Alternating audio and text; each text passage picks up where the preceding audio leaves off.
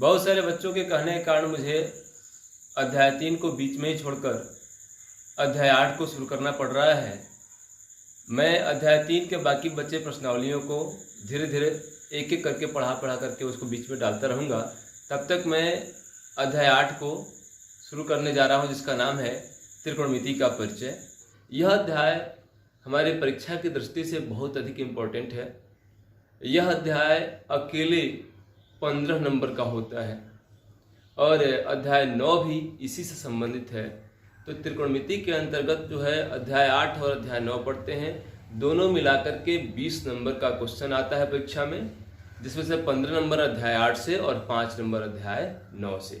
तो आइए शुरू करते हैं। बहुत ही इम्पोर्टेंट अध्याय है यह, बहुत ध्यान से देखिएगा इसको, और जो भी कमी लगे, जो भी बात मेरी समझ में ना आए आपको, आप मुझसे ज़रूर पूछिएगा, मैं बताऊंगा, उसे समझाऊंगा आपको। त्रिकोणमिति का अध्ययन करने के लिए हमें त्रिभुजों के बारे में जानना जरूरी है। तो त्रिभुज के बारे में हम लोग पहले से ही जानते हैं। इसमें विशेषतः समकोण त्रिभुज में ही त्रिकोणमिति का अध्ययन किया जाता है। तो हम सब त्रिभुज के बारे में जानते हैं, समकोण त्रिभुज के विषय में भी पढ़ चुके हैं। तो सबसे पहले आइए हम कल्पना करते हैं कि हम अपने आसपास समकोण त्रिभुज को कहाँ देख सकते हैं। हमारे पर्यावरण में समकोण त्रिभुज के बनने की कल्पना करते हैं। मान लीजिए हम किसी पेड़ के पास खड़े हैं और पेड़ के शिखर को देख रहे हैं। मान लीजिए कि यह पेड़ हो गया और ये जमीन हो गया। पेड़ के पास हम खड़े हैं और पेड़ के शिखर को देख रहे हैं, नहीं? तो यहाँ पर एक समकोण त्रिभुज के बनने की कल्पना की जा सकती है कि हमारी आँखों से निकलने वाला क्षैतिज काल्पनिक रेखा और इस रेखा और पेड़ को मिलाकर के एक समकोण त्रिभुज बनता है। तो क्या यहाँ पर बिना मापे इस पेड़ की ऊंचाई ज्ञात की जा सकती है? दूसरी स्थिति में मान लीजिए कोई एक लड़का है जो अपने छत पे खड़ा है। इसके घर के बगल से नदी बह रही है। नदी के किनारे पर कोई मंदिर है और इस मंदिर के सीढ़ियों पर यहाँ पर कोई गमला रखा गया है। और यह लड़का अगर छत से इस गमले को अगर देख रहा है, तो यहाँ हम समकोण त्रिभुज के बनने की कल्पना कर सकते हैं।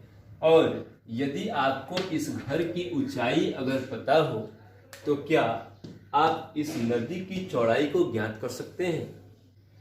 तीसरी स्थिति, जैसे मानते हैं कि कोई लड़की खड़ी है और वह गुब्बारे को उड़ती हुई, मान लीजिए यह गुब्बारा है, गुब्बारे को उड़ती हुई देखती है और अपने माँ के पास दौड़ करके घर पे जाती है और घर से माँ को बुला के लाती है।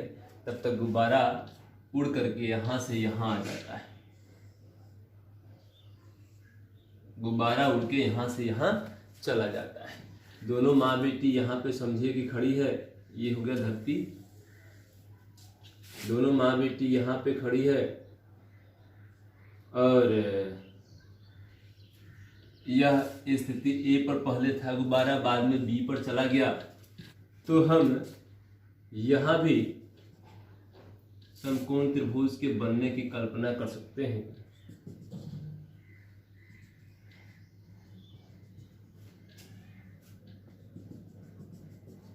यहाँ भी समकोण त्रिभुज के बनने की कल्पना हम कर सकते हैं। तो क्या ऐसी परिस्थितियों में हम इस गुब्बारे की ऊंचाई, धरती से इस गुब्बारे की ऊंचाई को ज्ञात कर सकते हैं? क्या ऐसी परिस्थितियों में गुब्बारा जो है यहाँ से यहाँ तक, यानी लड़की पहली बार देखी और उसको देख करके घर पे माँ को बुलाने गई, उस स्थिति में यह यहाँ से लेकर के यहाँ तक की दूरी तय किया, यह दूरी कितना है इसको ज्ञात कर सकते हैं।